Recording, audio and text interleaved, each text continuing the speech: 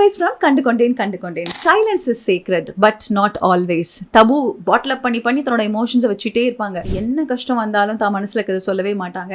கடைசியா ஒரு நாள் தன்னை தேடி தான் பாய் ஃப்ரெண்ட் வரும்போது, நீ என் அன்லக்கி நினைச்சிட்டல, நாளைக்கு கலலாயும் உனக்கு ஏதாவது பிரச்சனை வந்தாலும் நீ என்ன தானே நினைப்ப அப்படின்ற மாதிரி மனசுல இருக்கிறதெல்லாம் கொட்டி தீத்துட்டீங்கன்னா கிளாரிட்டி வந்துடும். Number 2, effort matters in love. கவிதை படிக்கிறவன், காதல் சொல்றவன், அதெல்லாம் ஒரு பக்கம் இருக்கட்டும். ஆனா நான் காதலிக்கிற பொண்ணு நல்லா இருக்கும்னு எஃபர்ட் போடுறவன் எவ்வளவு ரொம்ப முக்கியமான ஒரு ஆள் அப்படிங்கிறத இந்த படத்துல மம்முட்டி சார் வந்து ரொம்ப அழகா சொல்லியிருப்பாரு. ஸோ எஃபர்ட் ரொம்ப முக்கியம் குமாரு.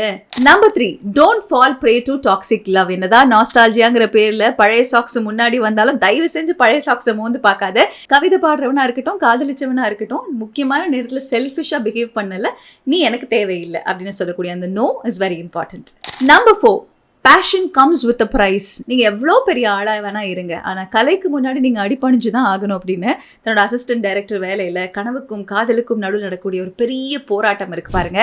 அதெல்லாம் அப்படியே பொறுமையாக பேஷன்ஸ் அண்ட் பெர்சிவியரன்ஸோட வச்சு காத்திருந்தீங்க அப்படின்னா காதலும் கைகூடும், கனவும் கைகூடும். Number 5, loyalty can't be trained, it's earned, nurtured and respected. S N. Lakshmi அம்மா அவர்களுடைய விசுவாசம். தன்னுடைய முதலாளிக்கு ஒரு கஷ்டம் அப்படின்னா அது நமக்கும் தானே அப்படின்னு அவங்களோட கஷ்டத்துல பங்கெடுத்துக்கணும், என்னைக்கும் அவங்கள விட்டுட்டு போகக்கூடாது அப்படின்னு நினைக்கக்கூடிய அந்த மனசு இருக்கு பாருங்க. Truly great. Number 6, a good soul and great chef are never forgotten. ஒரு நல்ல மனதுடைய ஆன்மாவும் ஒரு நல்ல கைப்பக்குவமும் மறக்கவே முடியாது. வாழைப்பூ வடையை வச்சு கண்டுபிடிப்பாங்க பாருங்க பத்மாமா அண்ட் ஃபேமிலி. அதாங்க எஃபர்ட்ஸ். நான் முன்னாடி சொன்ன பாலாசரோட எஃபர்ட்ஸ். அந்த வாழைப்பூ வடையோட டேஸ்ட் நாக்குலையும் மனசுலையும் ஒட்டிக்கிச்சு இல்ல. அந்த இடம் என்ன சொல்லுதுன்னு கேட்டீங்கன்னா, a good chef is never forgotten. Number 7, choose wisely after you have healed. ஆமா, மீனாட்சி தன்னோட பெயின்ல இருந்து திரும்பி வரும்போது தேர்ந்தெடுக்கக்கூடிய அந்த காதல் இருக்கு பாருங்க. இந்த பச்சைக்கண் தேவதையை பத்திரமா பார்த்துக்கோன்னு கடவுள் என்கிட்ட அனுப்பி வச்சிருக்காரு அப்படின்னு சொன்னோன்னு பார்த்துப்பீங்களா அப்படின்னு கேட்கக்கூடிய அந்த காதல். Number 8, wealth fats, self respect stay. ஆமாங்க, சுயமரியாதை எவ்வளோ முக்கியம் இல்லை. கடைசி கிளைமேக்ஸ் சீனில் எங்களை பிடிச்சி எங்களை கல்யாணம் பண்ணிக்கிறவங்க போதும், எங்களோட சொத்து வசதி இதெல்லாம் பார்த்து கல்யாணம் பண்ணிக்கிறவங்க எங்களுக்கு வேணான்னு முடிவெடுக்கக்கூடிய Soumya and Meenakshi. Number 9, speak up even if it hurts, truth deserves its moment.